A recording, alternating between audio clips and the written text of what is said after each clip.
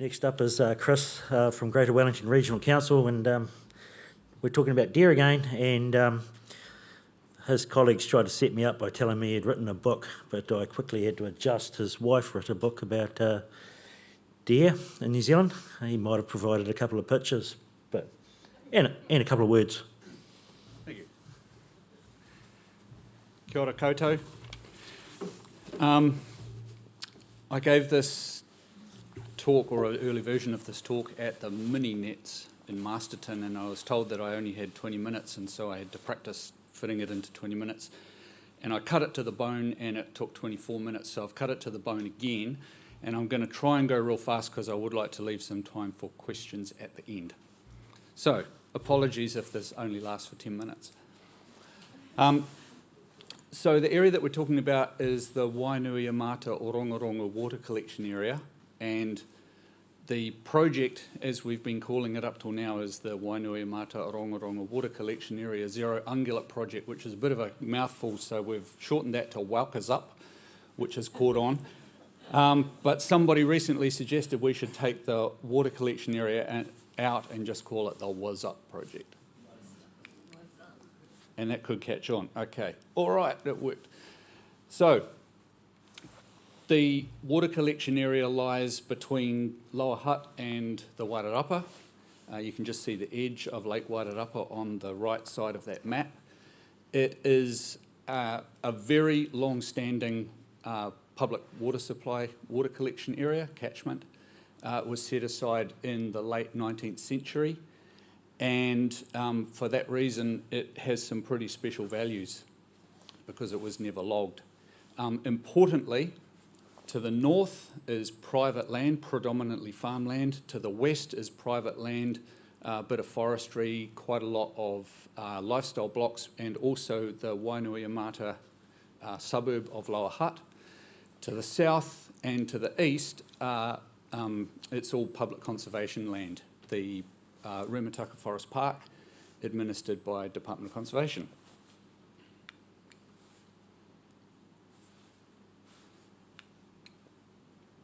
Okay, I'm pushing the button.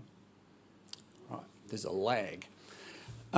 So the area we're talking about, it's 74 square kilometres, and as I mentioned, because it was set aside so early, it was never logged, and so it's one of the best representations of lowland podocarp hardwood forest in the North Island. Most similar areas would have been logged and then burned and cleared for farming. And it's been managed by various entities, which now represented by Greater Wellington and Wellington Water, but it's always been managed by the predecessors of those two entities.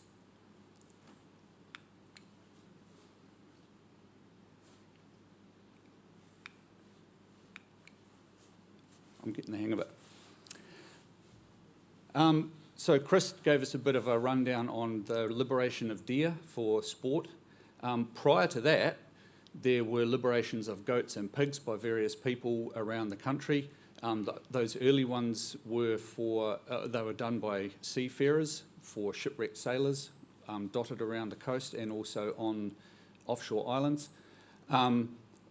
The records show that that goats and pigs have been present in this forest for at least 175 years, since 1850 at the latest, and we know that red deer were released in the area of that photo that you were showing with the old car and the deer on it, which is in the water collection area, and that happened at the end of the 19th century.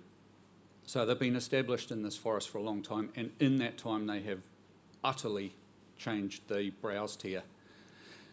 Culling started in the 50s under the New Zealand Forest Service and then slowly ramped up, and by the time the Forest Service was taken over by DOC, it was at a peak of 6 people for 3 months every year hunting the surrounding forest park and the water collection area together, so it was pretty intensive.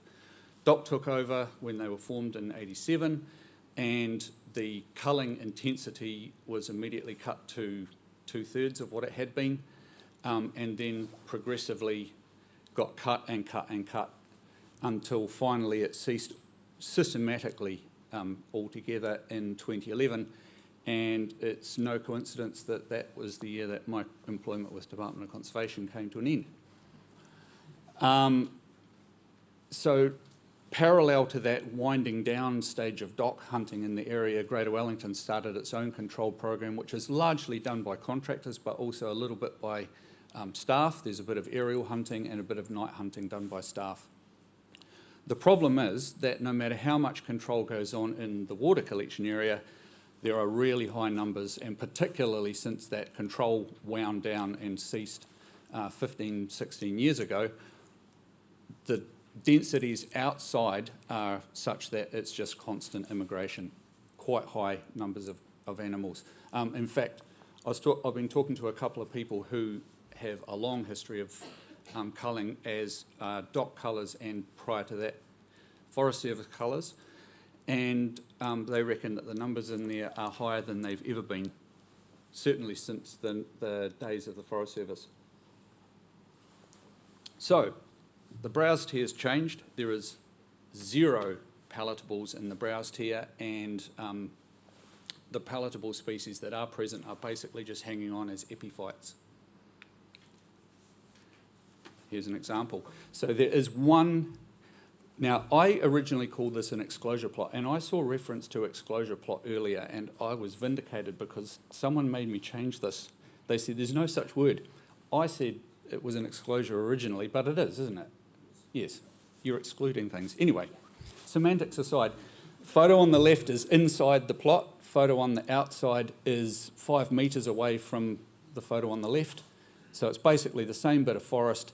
The difference is that there is ground cover of highly palatable asplenium ferns, prolific on the ground inside, and also pate or seven finger. Neither of those species can be found anywhere in the forest outside that plot. So, we're in a very fortunate position. We are, I feel so sorry for other people in other parts of the country, but we're reasonably well funded. Am I allowed to say that? The council has allocated sufficient money to run a 10-year program which we think is realistic, and a realistic amount to actually achieve eradication. And so my job over the last year has been to work out with that money how to make that happen. The genesis of the project was actually a feasibility study that was kicked off by DOC, looking at the whole Remataka range and whether goats could be eradicated from it. The conclusion of that was that yes, it was possible, but it was subject to sufficient resourcing and being able to control immigration from outside. So when we took that as our starting point and we said, okay, we want to go further. We don't want to just do goats, we want to do pigs and deer as well. So how are we going to protect against that immigration from the outside? We either need to get DOC on board or we need to figure out some other way. We'll get to that. So the objectives of our program are to try and get that forest back to a state representative of what it would have once been, with all the stuff growing at the height that deer and goats can reach. But also, because it's a water collection area, we've got this added incentive of improving the forest to improve the quality of water that's coming out of there. 3 major components. We decided, after looking at it and doing the figures, there is no way to prevent immigration without a fence. So we are going to complete the fencing of the boundary. At the moment there's fencing on the western and northern boundary, which is deer fence alongside a road, but our fence extension is going to be quite a bit more ambitious than that because we're going to try and do it without making a road. We're also going to throw a lot more money than has been put in recent years, or probably ever, into control. We're hoping that indicated dog hunting can do the majority of the work, but we're not discounting any other method. So we're looking at, we'll definitely continue to use bailing dogs, aerial shooting on the open slip faces where they're available. Thermal night shooting is picking up a lot of deer that are migrating into the area, particularly, ironically, from the Wainuiomata urban area. The numbers in that surround that suburb are actually higher than anywhere else that we're currently monitoring, and so a large proportion of the deer are shot as they migrate up the valley from town. We're looking at really stepping up pig trapping and using those other methods as well, just whatever works. Already there is vegetation monitoring. There's 20 years of data from plots. There are 10 20 by 20 plots around in the forest, so we've got good baseline data. In addition to that, we are going to put out some seedling and sapling recruitment transects to try and pick up early quick change. And also we've already added a network of game cameras throughout the forest. That's, again, we've put them out in time to get some baseline data. The thinking is that we'll be able to monitor the change in the density, just the interactions with those cameras over time, so that'll show us if we're on the right track. But also, as we get close to the target of 0, we'll be able to intensify the camera network so that we can pick up where the remaining animals are. This is our fence. So the existing fence is the blue line, and our proposed fence is the yellow line. It's running on the eastern boundary along the crest of the Remataka Range, and then it goes northwest across the Orongorongo Valley and across the Wainuiomata Valley. We also had a picture of the fence design earlier, thank you. So Waratah have essentially, they've developed this kit set fence design. It's all steel, it's quick to put up. Most importantly, it has this hinging apron on the bottom, so that you've got netting to the ground and then a hinged apron which is screwed to the bottom, to the ground, and that stops goats and pigs from pushing underneath, which is the major way that goats and pigs get through fences. And we're proposing building it as high as a conventional deer fence.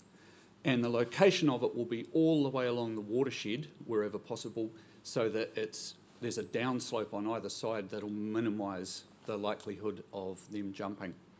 We're looking for some particularly hard-out fencing contractors because we're proposing the main impediment to building it is going to be the place where it is. It's really high, so people will have to live for extended periods above 800 metres, and it's cloud forest up there, so it's going to be pretty tough. But importantly, the forest up there is quite short stature silver beech forest, which has quite a well-knitted, it's a single layer of leaves on top of short, stocky trees, and it's quite well knitted together. So we're hoping that we can wind it through the trees and not actually have to cut many trees down, and that way we won't be running the risk of trees blowing over and crushing the fence. And here is the apron detail. So that flap on the bottom, it pivots, so you can run your netting a little bit above ground level, and then that flap can come down, secure to the ground, and take care of a little bit of the undulation. Nonetheless, there is going to be quite a lot of grubbing going on to build a bit of a platform. Those photos are taken in Australia. This product was developed in Australia to exclude feral pigs. Until we build the fence, which is expected to be an 8 or 9 year process, built in prioritised sections, so starting with saddles where most of the animals are coming in. Until the fence is built, and even after it's built, there's going to need to be some control on the buffering, the bordering PCL land. And so we're working on a memorandum of understanding with DOC about our contractors being able to work a bit on their side of the boundary, their contractors being able to work on our side of the boundary with a shared objective, because DOC are really supportive of our project. They just don't have the resources to do the same on their land or the social licence. They could, maybe they could think about doing goats, but it's politically unlikely that they could tackle deer and pigs to the extent that we are. Ours is a closed catchment with no public access, so it's a moot point.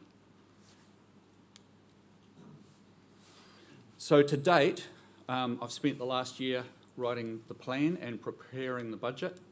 We've planned a network of tracks to make the place more accessible and some camps and huts, little bivvies. We've installed our camera network. We've gathered 6 months worth of data off those 60 cameras. We've had early discussions with the 5 mana whenua groups who have an interest in the place, and I think it's not too much of a stretch to say that they're generally really supportive and keen to get involved, and we're working to help them build their contracting capacity so that they can get involved by joining our approved contractors panel. And we've done a couple of trials of thermal aerial hunting. We were hoping this was going to be the silver bullet. We were hoping that we wouldn't have to send too many ground hunters into the area that's clothed in silver beech forest or sort of light broken scrub. Unfortunately, although some animals were picked up and killed during those trials, it just didn't pick up, it just didn't have the impact that we were hoping it was going to have. We thought they'd come back having killed pretty much everything that was there, but it was not significantly better than hunting without the thermal.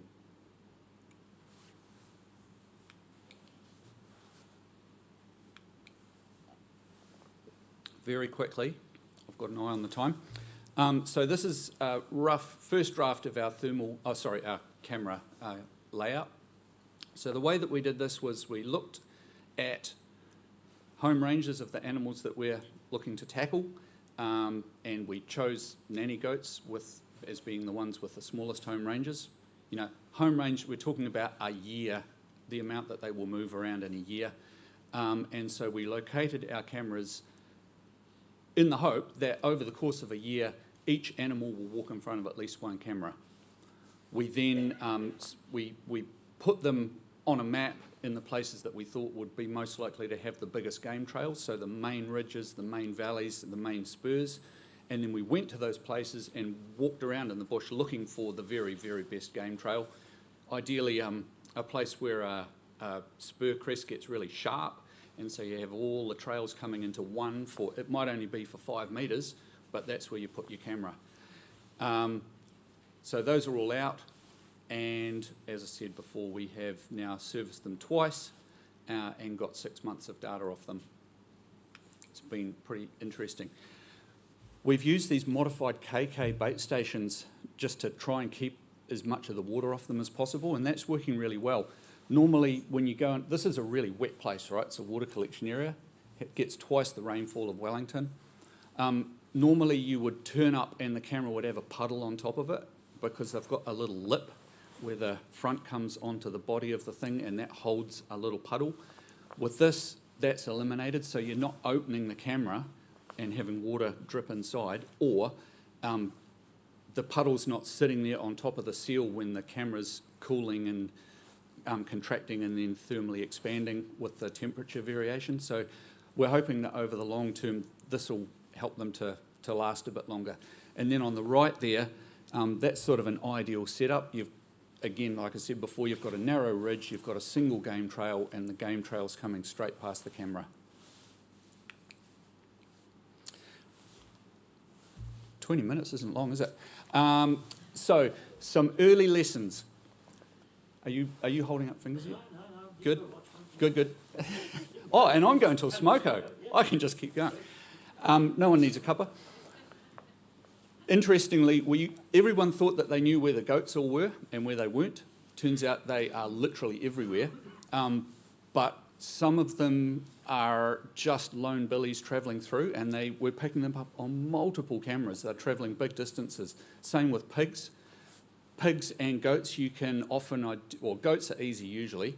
Pigs are often easy as well, and stags with antlers on are also easy. You can pick an individual, and you start noticing, oh, I've seen him over there and there and there. And in the raw, we had a stag which wandered over a large area. We've seen a lot of stoats and a lot of cats. There are kiwi in there they've come over from a liberation which was in the neighbouring Remataka Forest Park, self-introduced, and they are spreading throughout. Everywhere that we saw a kiwi, we also saw a cat living permanently in the area and picked it up multiple times. The big revelation, like I said before, there's nothing in the browse here for deer to eat, so it was a bit of a mystery. What are they doing there?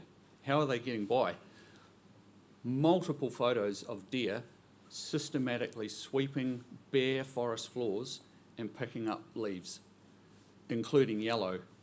So we had a big storm, a whole lot of broadleaf blew down, they gorged on that, but in a long calm period they are eating dead leaf fall. And also we're picking up an awful lot of possums, which initially we thought was an annoyance, but we thought, well, hang on, let's keep that possum data. We're doing wax tag monitoring before and after 1080 drops. We can compare that with the camera data. Maybe we can dispense with the wax tag data in the future. So we'll see how that pans out because we're just about to have a 1080 drop. And here is a rogues gallery of some of what turned up on our first round of camera data. Just a couple of things I want to point out. Top left, you can see kiwi doing their best to populate the area. And then to the right of that one is a scrawny old hind eating yellow leaves. And that is a really, really common picture everywhere. And probably not just in this area, it's probably common to the rest of New Zealand. Time for one question.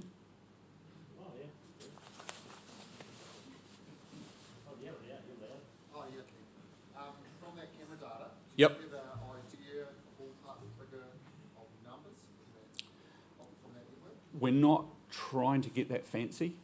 No.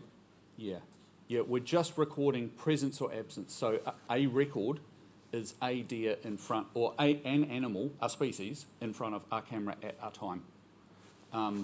Whether that be 3 or 5 deer or 1 deer.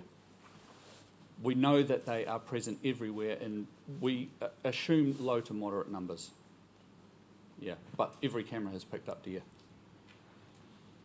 And one of the rules of eradication is having social licence for your goal and every method you have to use. Have you got that? Well, what we're talking about doing is increasing the amount of effort that is going into current activity already. So it's, like I said, it's a closed water catchment, so the public don't get to go in there except during a balloted hunting period during the raw. And yeah, there is already intensive control of animals in there with the objective of maintaining that water supply quality. So yeah, haven't tested that question, but I think we could probably win that argument.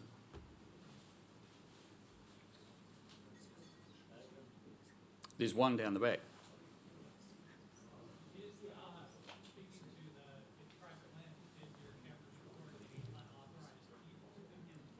Yes. Yes. A couple of our cameras recorded unauthorised people by getting stolen. Those have now been put inside steel boxes, or their replacements have. But yeah, we have picked up some poachers. They jumped, in all cases, they came over the fence from the private land. Yeah. All right. Thank you.